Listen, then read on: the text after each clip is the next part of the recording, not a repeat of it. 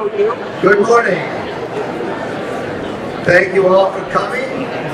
Please find a seat, or if you'd like to stand, stretch, that's great. My name's Peter Foreman. I'm president of the South Shore Chamber of Commerce.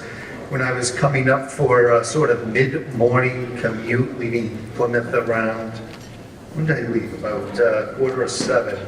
I was thinking, I miss the old 744s. Would miss the traffic that way. You know, you'd be up so early, but this is a variation because the chamber evolves and changes with people's preferences. You know, as I mentioned, 744s. I am concluding my 20th year here at the chamber.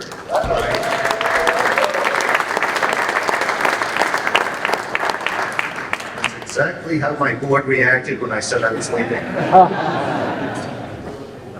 But the first chairman I had is here, Catherine Hesse. 20 years.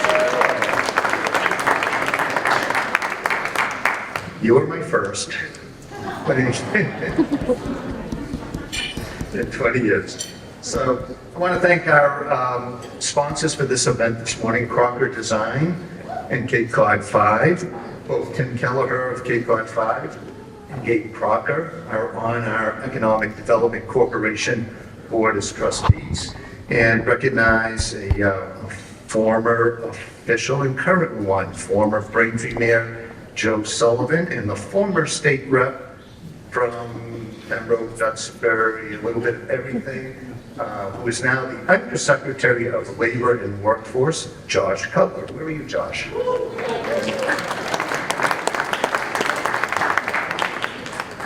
Just like being a legislator in the back of the room so you can leave when the speaking starts. But thank you for coming. So this has become something of an annual event the last few years. We changed up our annual meeting lunch and decided to have an annual State of the South Shore to kind of take a look at where we are as a region and where we are as an organization, to give you an update of things. So to give you an update of the State of the South Shore, I am pleased to introduce the chairman of our board, the president of Atlantic Mechanical, Joe Grada.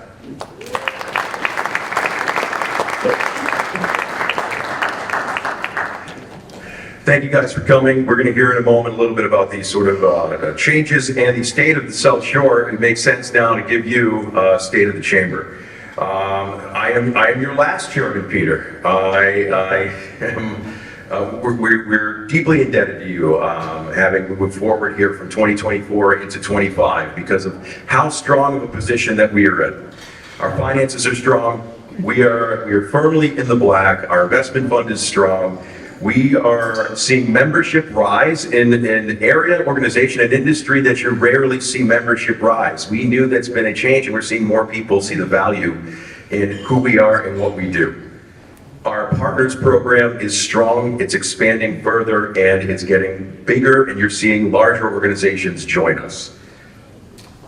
I'm also pleased to announce that Friday, the U.S. Chamber has re-accredited us with its highest level at 5 stars.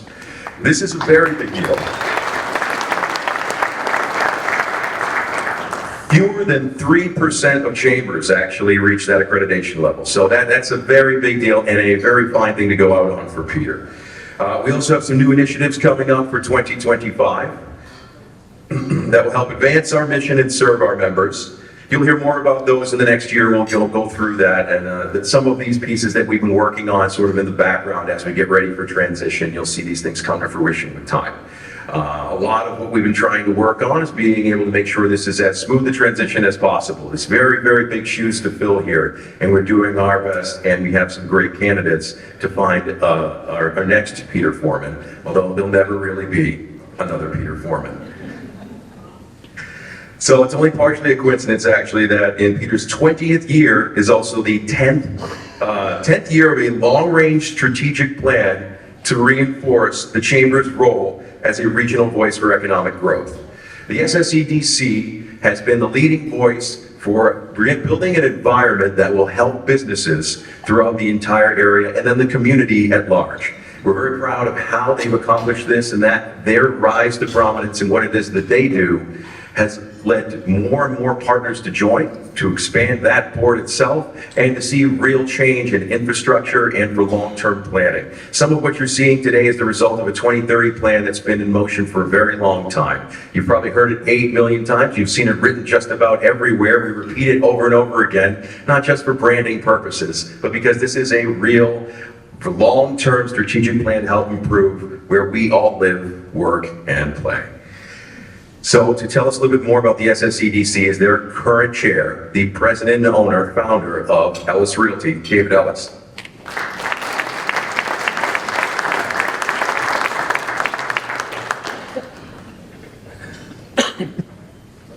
Thank you, Joe.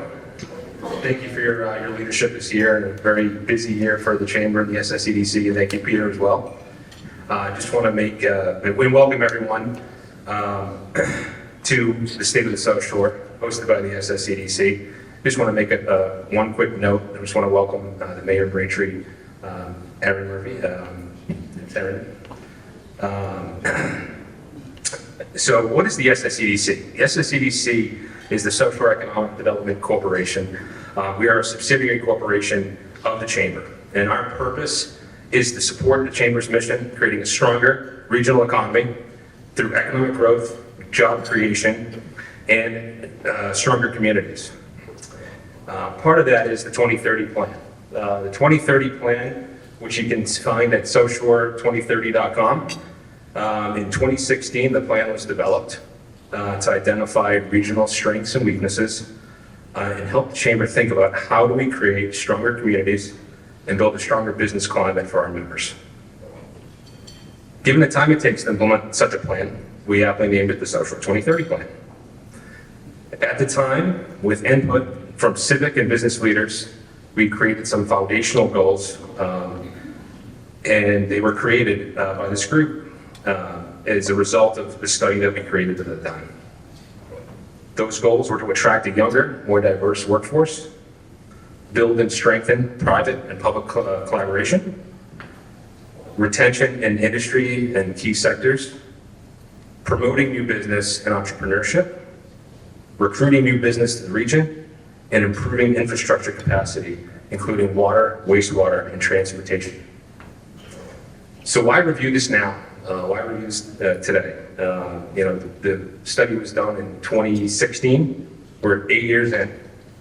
Well, 2 reasons. 8 years feels like 10 years when you go through a global pandemic. And in addition to that, we've got Peter preparing to leave the Chamber, as he just mentioned. And as we prepare, as the Chamber prepares for a new CEO, we felt it was a good time to review where we are with the original study and make some comparisons and give the new CEO a foundation with which to build and implement a new 10-year agenda. So what are the next steps? So through use of the SSEDC's own funds and some of a state grant, we have commissioned the Donahue Institute of UMass to review the original study and give us a better insight into what the region's demographic and economic picture looks like. Dr. Mark Melnik is here. He is no stranger to the Chamber. In fact, he was one of the last, if not the last, speaker at a Chamber event at Lombardo's. I might need to be fact-checked on that. Resume booster. Dr. Melnik leads a group of 20 economists, but don't call him an economist. He takes pride in letting people know he's not an economist. He leads a group of 20 economists and public policy research experts, and he has a long history of leadership roles and engagement in Massachusetts public policy, including the BRA, the Massachusetts Department of Housing and Community Development. And he's also been a thought leader with Peter Foreman over the years as Peter's compared where we are as a chamber and a region to other regions in the Commonwealth. So with that, please welcome the Director of Economic and Public Policy Research at the Donahue Institute, Dr. Mark Melnik.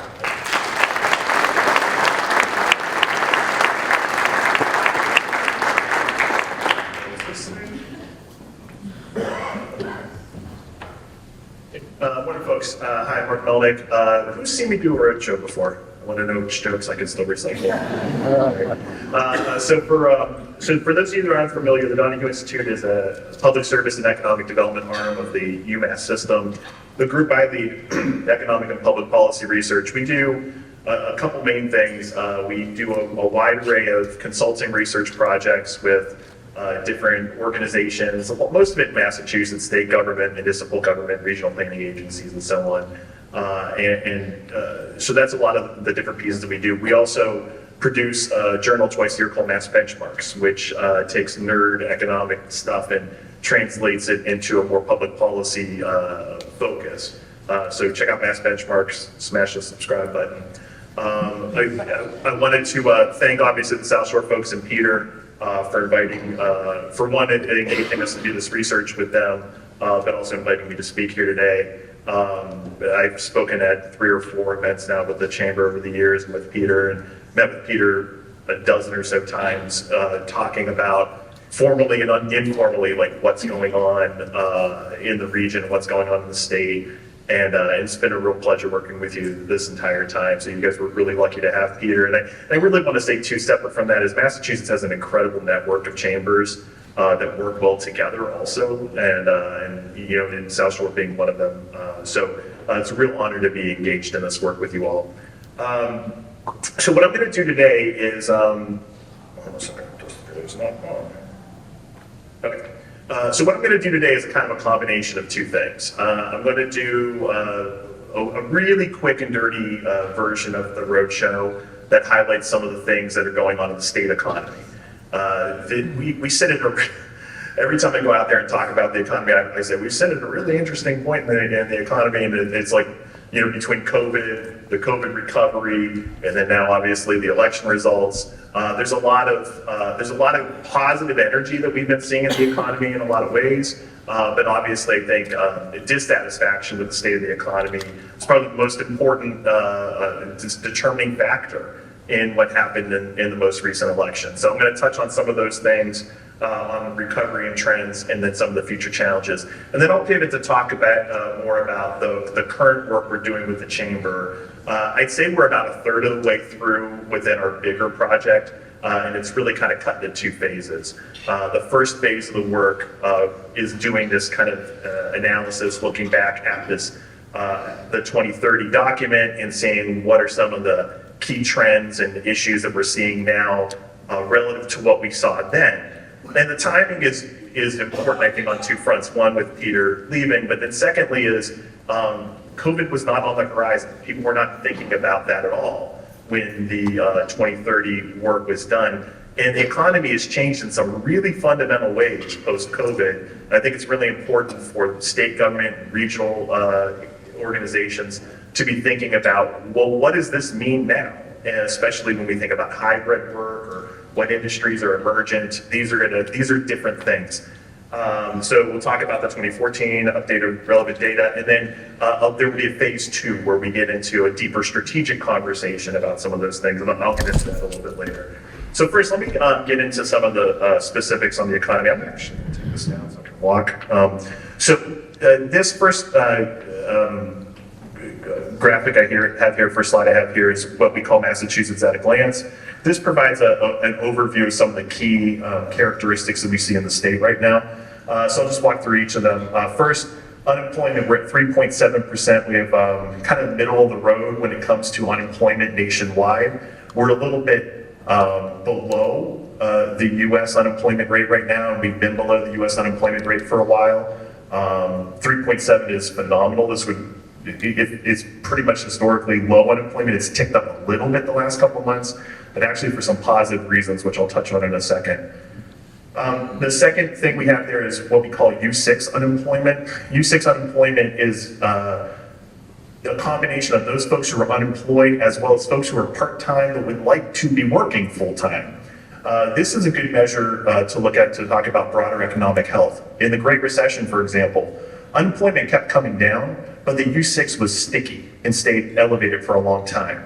So we were having what people call like a jobless recovery. What we were having was a lot of part-time work that was bringing down the unemployment rate, but the U6 was staying elevated. During this recovery, it hasn't been like that. We saw a lot of full-time recovery still, and our U6 unemployment rate is 18th lowest in the nation. Population growth, there was a lot of attention over the last couple of years about population decline in Massachusetts. It was interesting because between 2010 and 2020, Massachusetts population grew about 7.4% between the two censuses, and that was right on line with the US average. So right after the census came out, I was giving these talks in my house because it was COVID, and we had this positive population growth. But then shortly thereafter, the annual estimates from the Census Bureau were coming out, and we were showing a very modest decline in Massachusetts, and a lot of it was driven by domestic outmigration. I'll talk about that a little bit more as we get moving, but we suffered a lot of domestic outmigration during the peak of the pandemic, and the globe went berserk on it. I have a graphic on that I'll walk through a bit. We've seen some stabilization, but that's been a big part of our story. Job growth. Over the last year, we've grown about 1.1% jobs. That's 18th lowest in the nation. One of the big problems we have right now in Massachusetts is that our labor force is actually smaller today than it was pre-pandemic. One of the things I usually say in this space is that you can't fill a job if there isn't a worker there to fill it. And so with an aging population and some of the trends that we've seen in migration, we've actually seen a very flat labor supply, and that will impinge economic growth going forward.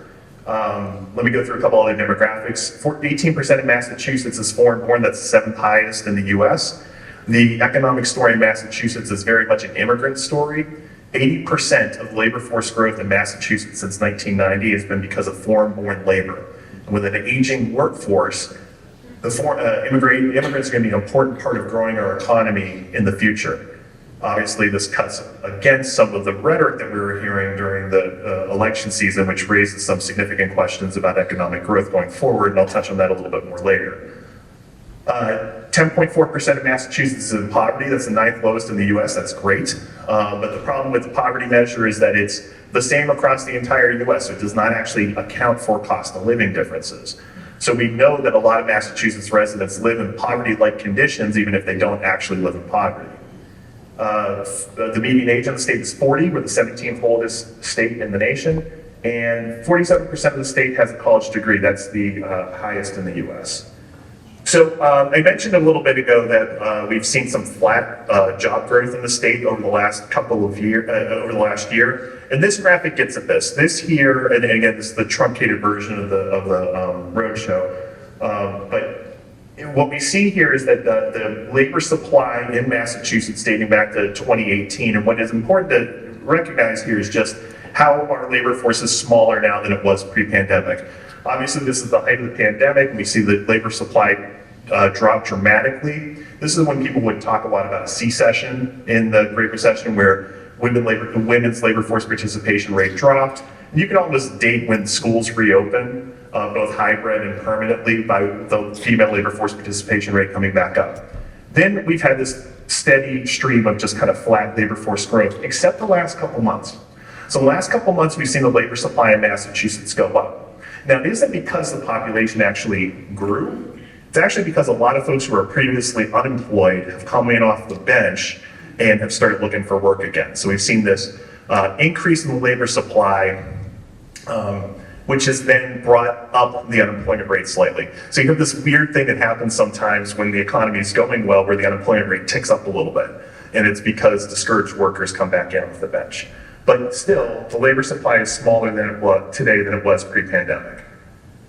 Now, this is my favorite graphic at the Donahue Institute, and you guys have seen my roadshow, you've seen me talk about this before. But this is the different components of population change in Massachusetts. And I think it tells so many interesting stories about both the immigrant story, the racial changes in the state, and also some of the labor force issues that we're faced with going ahead. So just to walk through it real quick, we have birth and death here.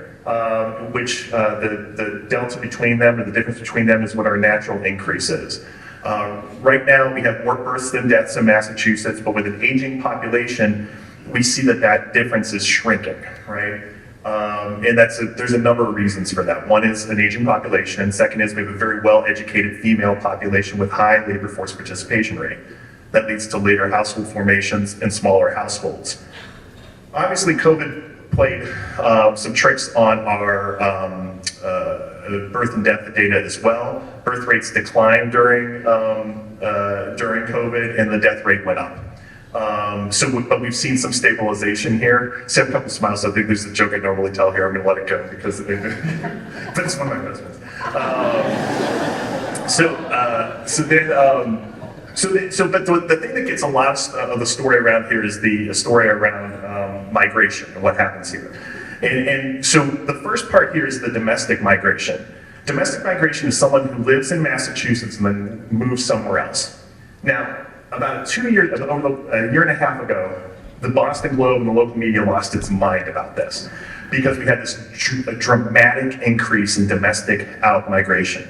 And one of the things I tried to warn folks of at the time is like, whoa, COVID's doing some weird stuff. And if you look at the different counties, they were all over the place. Like Cape Cod had this dramatic increase in domestic in-migration.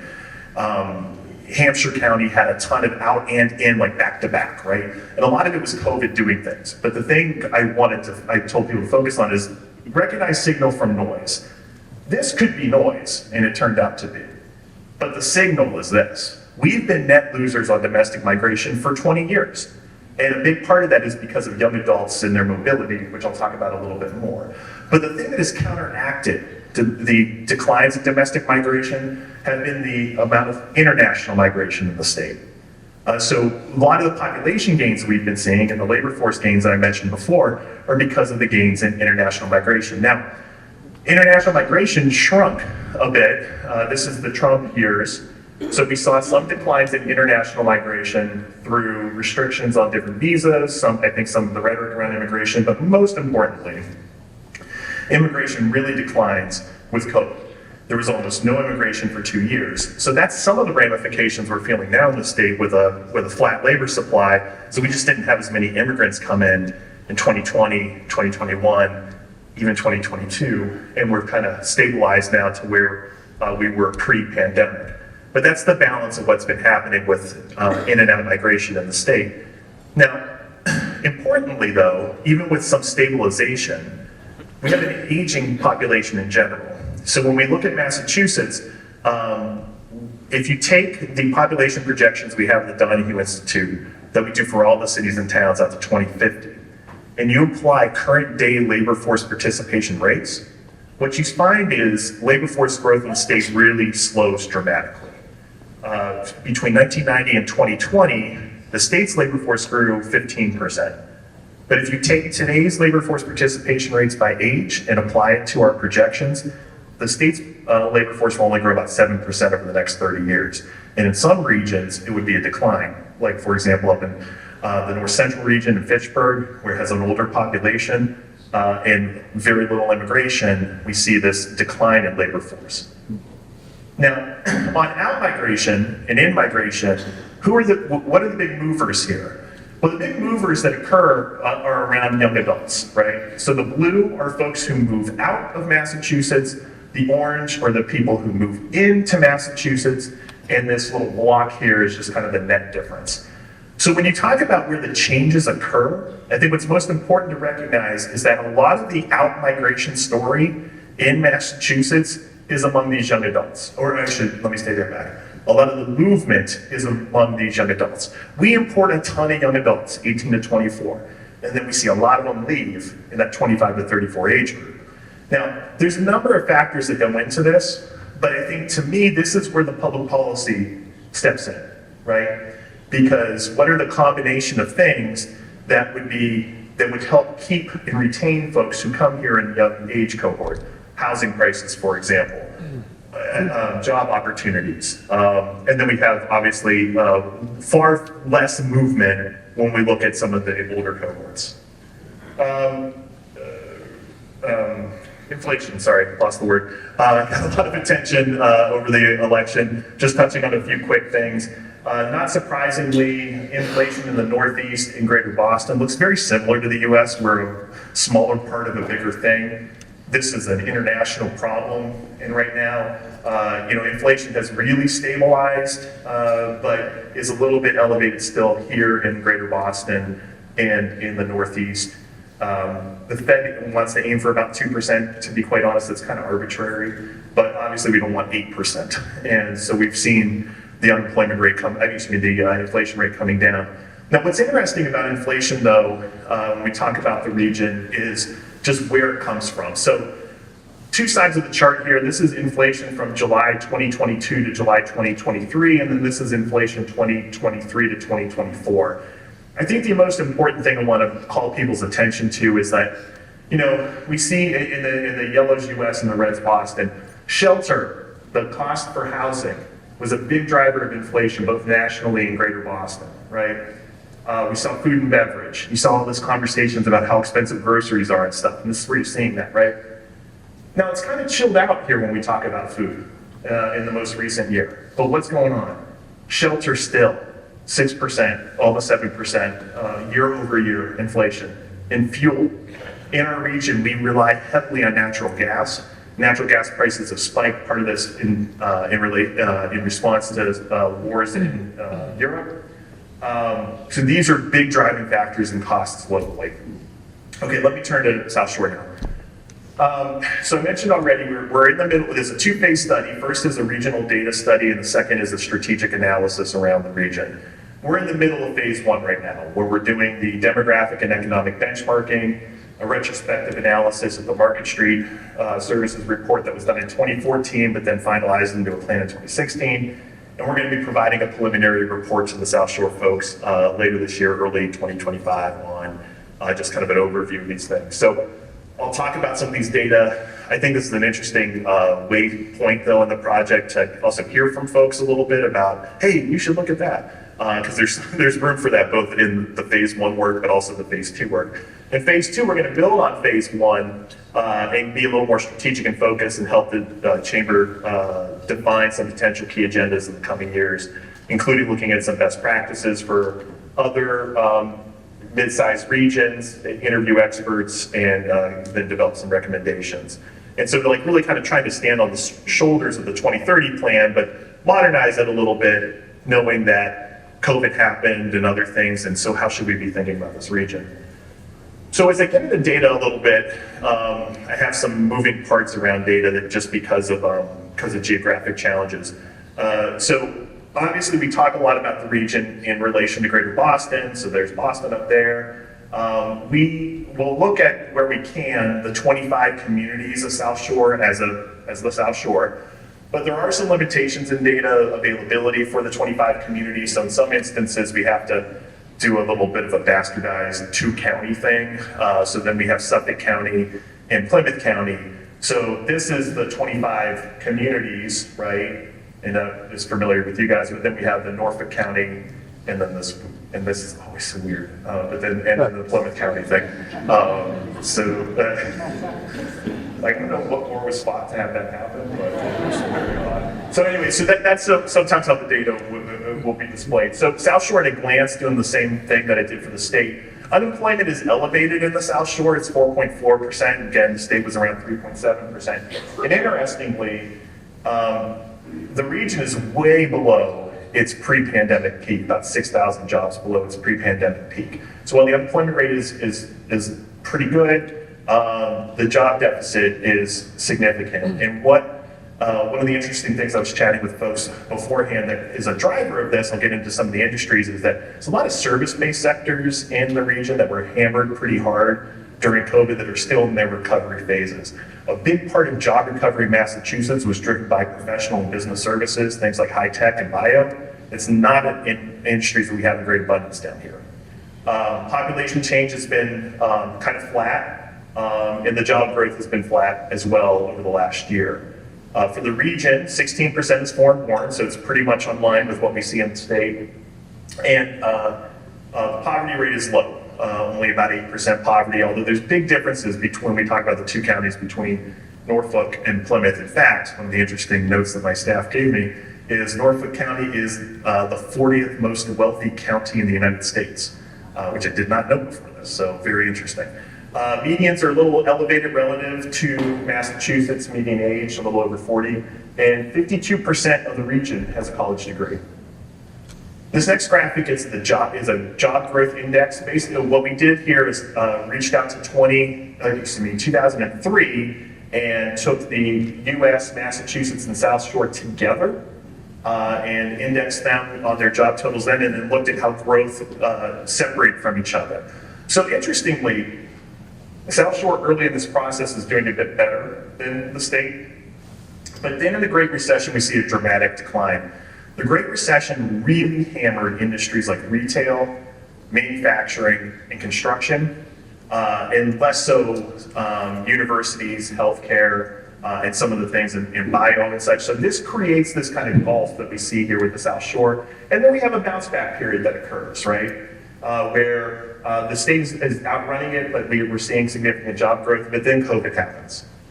And again, as I mentioned before, the combination of industries that we have in the South Shore right now were ones that were much more likely to get whacked in COVID, especially in those ones that are personal service and residential service kind of things. And we've seen this kind of lag in recovery relative to the state and the nation. Comparatively, Suffolk County, its job growth index is 1.25, Middlesex County is 1.17. So when we see the combination of the two counties, it's a little bit lagged, but part of this is some of these industries have been lagging in their own recovery. Now, what are some of the top industries in South Shore? So the red is South Shore and the orange is the state, just for comparative purposes. So healthcare continues to be the largest industry in the region, followed by government, leisure and hospitality retail. So again, leisure and hospitality retail are important industries, but ones that really struggled during COVID and in their recovery period, still below their pre-pandemic peak. Construction growth has been dramatic in the region, and a lot of it's been, well, hold on, I'm gonna get into growth in a second. Pause that thought. Finance and insurance is strong in the region. I've mentioned professional and scientific services a few times, way lower here in the South Shore compared to the state. Now, over the last 10 years, we've been the big growers in the state. In the region. So for South Shore, construction has been a huge source of growth, and a lot of it has been around home construction. So this is the time where I have to use my nose. So construction grew across the South Shore, commercial construction, single-family home construction, multifamily home construction. Most of this looks similar to the state, except on the single-family home construction, that grew about 1% statewide, but it grew 10% in the South Shore. So there's been a lot of positive growth in terms of housing production. So we see this in the on the construction side of things. Information showed good growth, and this is a place where I'd love to hear if some of you guys had some insight on this, but there's a huge increase in software publishers, 90% growth over the last 10 years. Are really cursory look at where we didn't see like a large employer move in or something. So I'd love to, if somebody has some insight on that, that'd be great. And then professional and business services. So we had decent growth in the region, but in the state, so much growth. And in part because the big elements of professional business services for the state, biotech, that's number one. R&D is number 6 within the industry statewide, but they're 10th and 14th for the region. The region itself has a lot of consulting and legal firms, but not in the emergent tech sectors. So there's an opportunity for growth there because of the proximity to Boston. Transportation and warehousing was interesting too. A lot of this requires big space. So I think this growth in Massachusetts, we're seeing this for Amazon things and what have you, which I don't know if maybe some parts of South Shore that would apply to, others not as well. Per capita income, I noted before that the difference between Norfolk and Plymouth counties. Here's Norfolk County and its per capita income. Massachusetts is right here on its index, and then the US is the baseline, and Plymouth here below Massachusetts. It should be noted, Massachusetts has the highest We're second highest per capita income in the nation, depending on when you pull the data. We're always like within $10 or $20 of Connecticut, so jockeying back and forth. So you live in the richest state in the country. But obviously the cost of living makes it not feel quite that way. Norfolk obviously has significantly higher per capita income. So to me, it's an interesting split here when we think about the South Shore as a region, because there are obviously strategic reasons to think of regionalization and regional opportunities, but there are differences within the region that need to be noted. In terms of educational attainment, I noted before that Massachusetts has the most well-educated population in the country. We have 46% of our population with a college degree, compared to just 34% in the US. Plymouth, it's about 40% of its total population, but in Norfolk, not surprisingly, given the relative affluence, we're seeing about 65% of the population, 66% of the college degree. Now, I mentioned before with the state that labor supply is an inhibitor to economic growth. We're seeing this on the South Shore as well, where the labor force size right now in South Shore is a bit smaller than it was pre-pandemic. Well, definitely smaller than it was pre-pandemic. Well, a little bit before pandemic. Here's where the pandemic kind of kicks in. So this is pre-pandemic. So we're smaller, and this is obviously going to can't fill a job if there isn't a worker there to fill it. Now, one of the things that influences the makeup of the labor force is just this shift that we see in Massachusetts into the older age cohorts. This is an age pyramid from the census in 2020 and our projections at the Donahue Institute for 2050.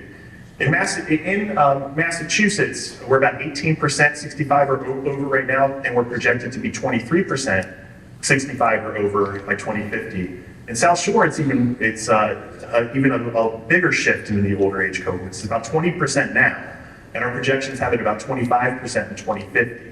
So I joke that the age pyramid that you see in 2020 turns into a big old rectangle by 2050, or a little bit of a sloppy rectangle.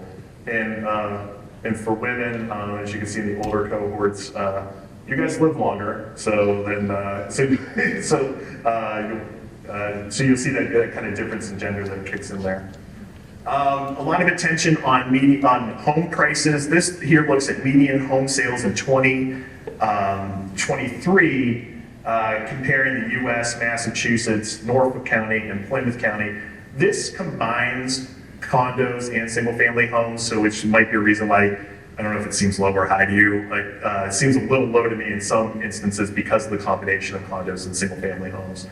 But obviously the housing prices are dramatically higher in our region than they are in other parts of the nation. And in fact, I don't know if I've ever told this story here before, but so I'm a big Cleveland Cavaliers fan, still undefeated and going into the night.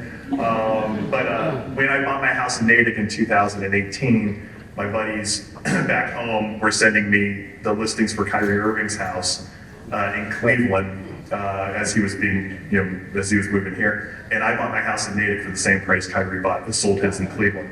So yikes! But I don't make $40 million a year. The region has done well comparatively on building permits for residential. South Shore's, the US rate is 4.8%. South Shore has been 3.3 per 1,000 residents. So it's still lower than the US average, but it's a lot better than the state.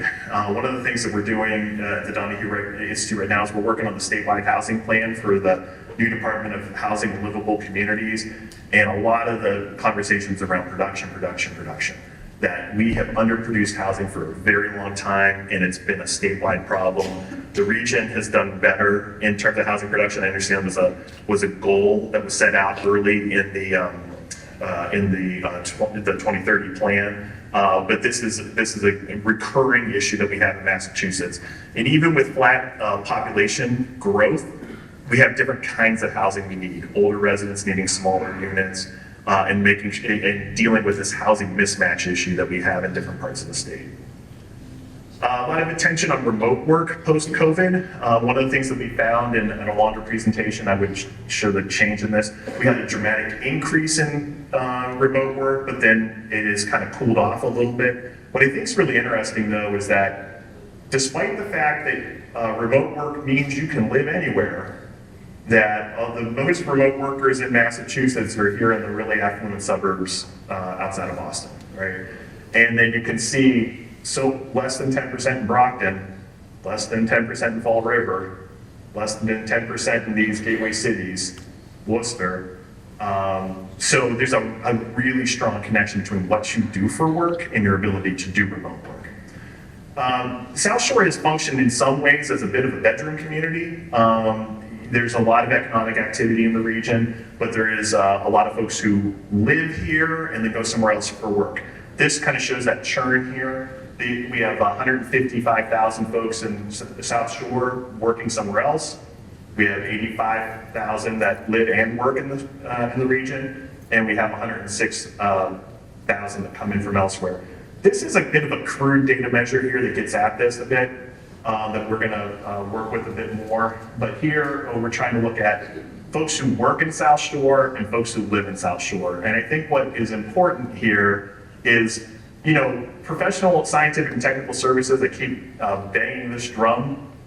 There are a lot of people in the South Shore that work in that industry. They just don't work here. So again, an opportunity for growth, especially as we think about life sciences and bio. So what are the next steps? So we're going to continue working on the data project right now with the goal towards being done around the Christmas holiday, and then proceed into phase 2. There'll be a period of review from different stakeholders in the Chamber's universe, but then in phase 2, getting a little bit more strategic around what are the competitive and strategic positions of the South Shore, especially as we think about things like the importance of place, hybrid work, aging, and some of the implications around the MBTA community stuff. So with that, I think we're going to do a little bit of a conversation with Peter, but thanks for listening and happy to take questions with this.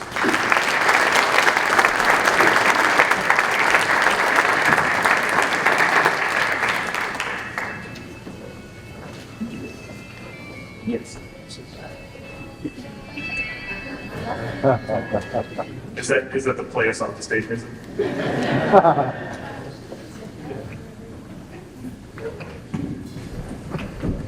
So the first question, my wife came from the east side of Cleveland. Jeff Tangle's Rockland Trust is here. He's the west side of Cleveland. And where in Cleveland are you? Oh, I'm from Youngstown, Ohio. So it's, Oh, wait. yeah. So yeah, I'm from Youngstown, which is the midway point between Cleveland and Pittsburgh. So before I get into some of our questions, let me ask if anyone has any questions about what you saw on Mark's presentation, or any observations you'd like to make as they go forward to finish some of their economic study about things that you're seeing in the area. That's easy. Oh, you definitely agree. Good. Just one question. The second phase look at sort of geographic factors. One of our, you mentioned is we don't have a lot of space. Yeah. And if we're going to start tapping into biotech or life sciences as a growth area, we're going to put them somewhere.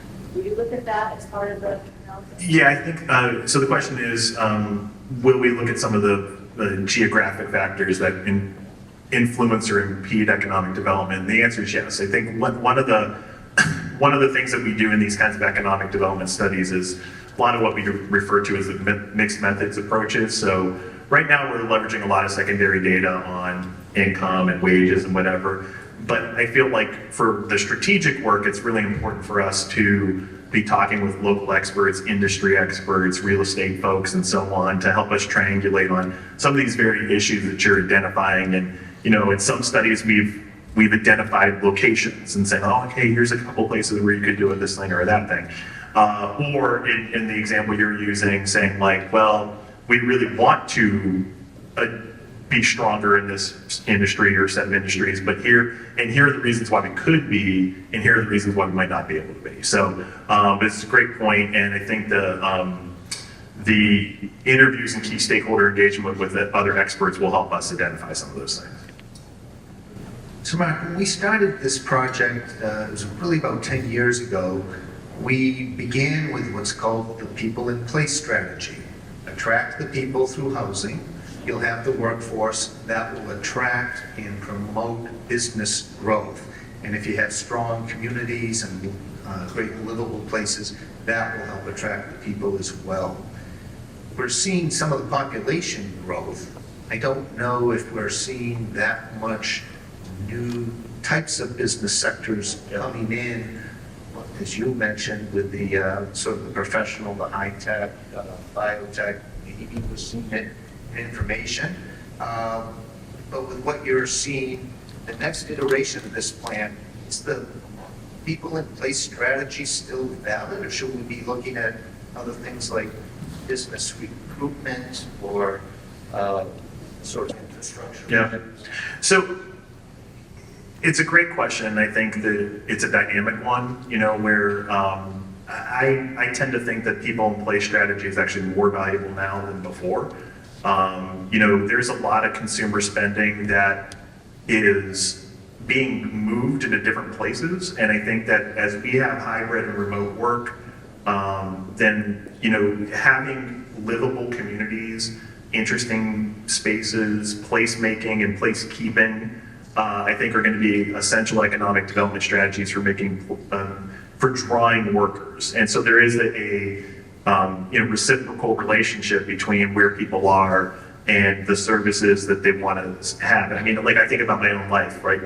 I worked right downtown in Boston for most of my career. Same dude cut my hair for 10 years. Haven't seen him now in 5 because ever since COVID, I stopped going downtown as much, and then I ended up getting my hair cut somewhere in Natick now. And so that's just one example, but I think that there's a lot of things that, you know, the way we live our lives are shifted a little bit. So I do think that the importance of place, so things like having vibrant squares and, you know, interesting art and interesting things that make people want to be inside their community. It's interesting because my wife and I live in the suburbs in Natick, and it's like we actually like living there more now than we did pre-pandemic, in part because we can take advantage of things that we were, by the time we got home, it's like we were too tired to do anything else. And now it's like, yeah, Natick Square's kind of cute, or Natick Center, and it has a handful of decent restaurants, and we're glad we picked to live there instead of, say, Sharon, which was high on our list, but we drove through downtown Sharon once and didn't notice we did. So, you know, so I think those are the kinds of things that, you know, they're all, they feed off of each other. So I hate to, you know, it's like a false choice to be like, is it people in place or business recruitment? Because it's like, well, yeah, you want to recruit businesses and you have to think strategically about, well, what are opportunities we want to make sure we draw on? But I think, you know, now that the workspace and the home space are being blended, I think that kind of what makes place fun and interesting is going to matter even more. Yeah, I should mention one key to economic development is strong political leadership.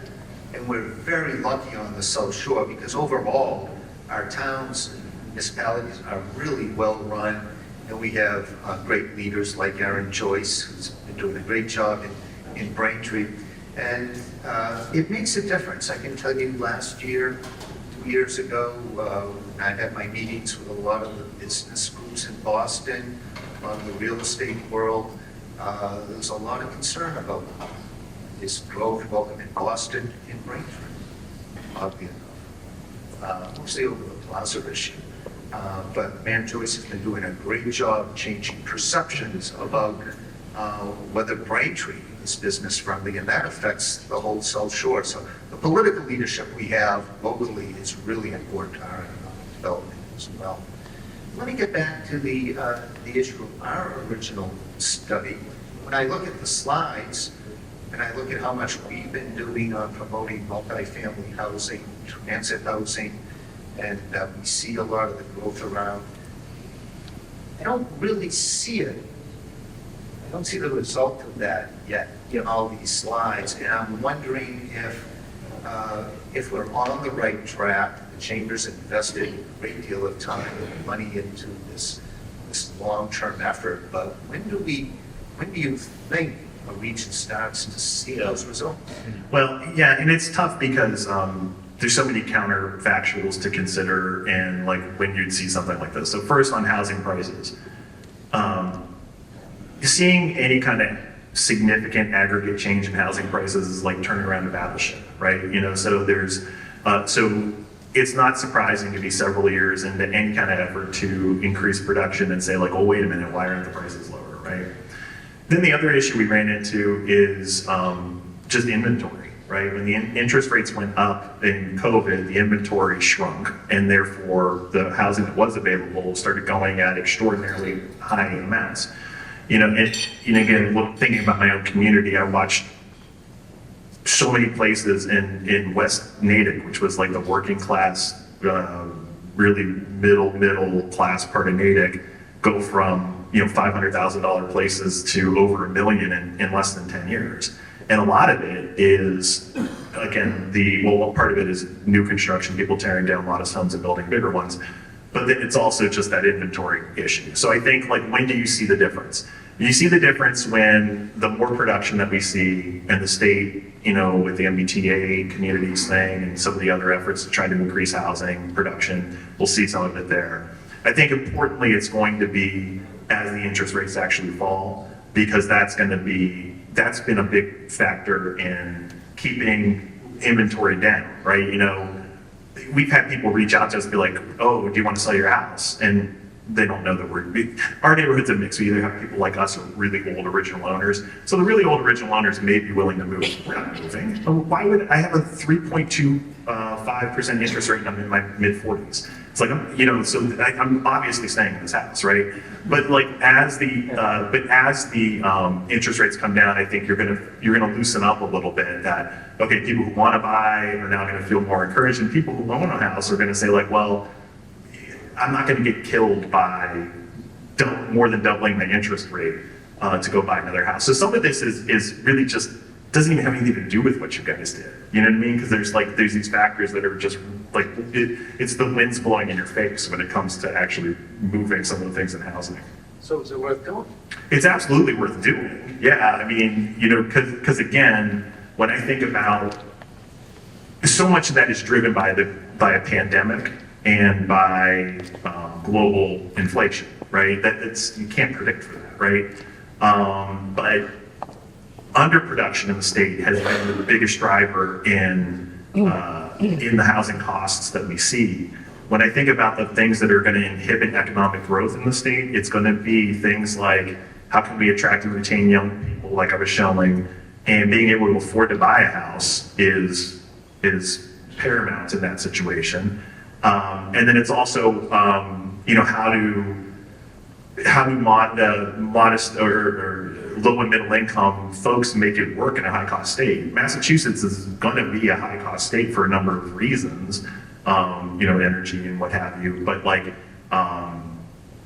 if we can make the marginal difference in housing, then that's going to mean so much more for the quality of life for people that would want to stay here otherwise. So I think it's very much worth doing. It's pretty much when I think about the top policy issues that I hammer on the most, it's housing, it's the importance of immigrants to the broader economy, and with an aging workforce, it's investments in populations who are not participating in the labor force in a big way, people with a criminal record, veterans, these kinds of things, where in looser labor market situations, maybe didn't have to worry about it so much, but in tight labor market conditions, helping these kind of folks get in the labor market is important. So housing, number one, the need to build more housing.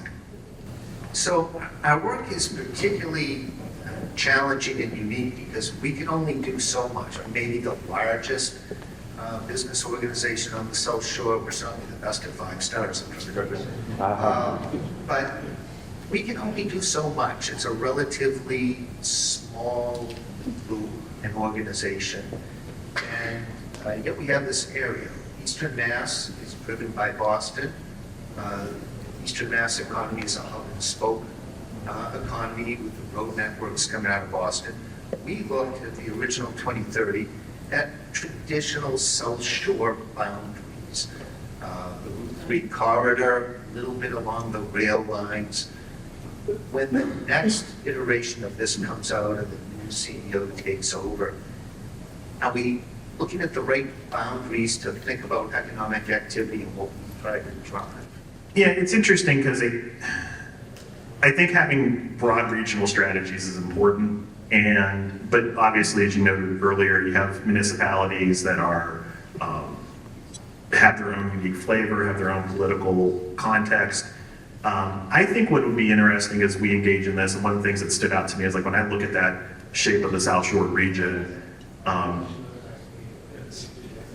get why it exists, but it's also a difficult one to kind of, like the southern part of South Shore is a wildly different thing than Braintree and Quincy, right? You know, in terms of like, you know, access to Boston and these kinds of things. And then we talk about the income differences. So I think one of the things that I'd like to see us point towards is thinking about sub-regional strategies within South Shore. Like look at what are, you know, because I think that there's certain things that have a stronger connective tissue to the hub and spoke, and there are some things that are maybe we should be thinking about a little bit differently. And, you know, that's not a thought I've really put in the oven super long, but it's one where, you know, that skinny long shape of things, and it's like, yeah, you know, Quincy's on the red line, right? You know, and it's so that's a very different thing than I think, you know, think about Carver, for example, right? So I think there has to be a little bit of, you know, and I realize that that's politically sensitive in some places where you're like, well, we want to have development here, not here, and that's not what I'm saying. But I think it's more to the point of what are the assets in the different places that you're able to leverage? Because one size fits all obviously doesn't work for any region, and I think especially not one that has a very long north to south kind of shape to it. Final question for you. You do a lot of this work around the state. How would you stack up South Shore's regional competitiveness against other areas in the state and certainly metro Boston? Sure. So I think some of that's obviously the work that we're going to keep doing, and I think would be kind of digging in a little bit more with some of the other locations.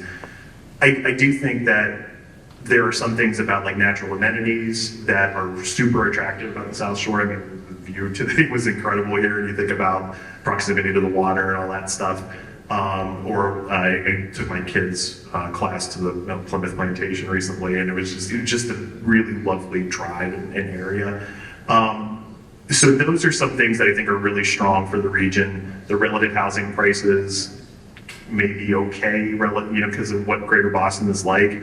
I think the accessibility thing is still continues to be a significant challenge. My drive-in was challenging. I had to take a very bizarre route here to avoid going into Boston and then coming back down. And the T accessibility is good in some spots, but not others, right? So I think that, like compared to say Metro West, where it's maybe a little easier heading in, has more of a history of connective tissue to some of the biotech and what have you, you know, that obviously has some advantages there. But so a lot of these things are things that we'll continue to dig in on as we do more work with you guys. So a final comment.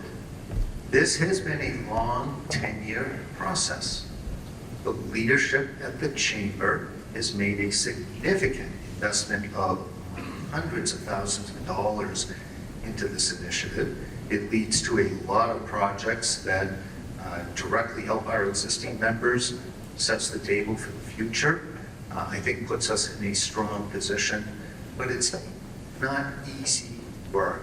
It took a significant commitment from our volunteer leaders and funders 10 years back, going forward.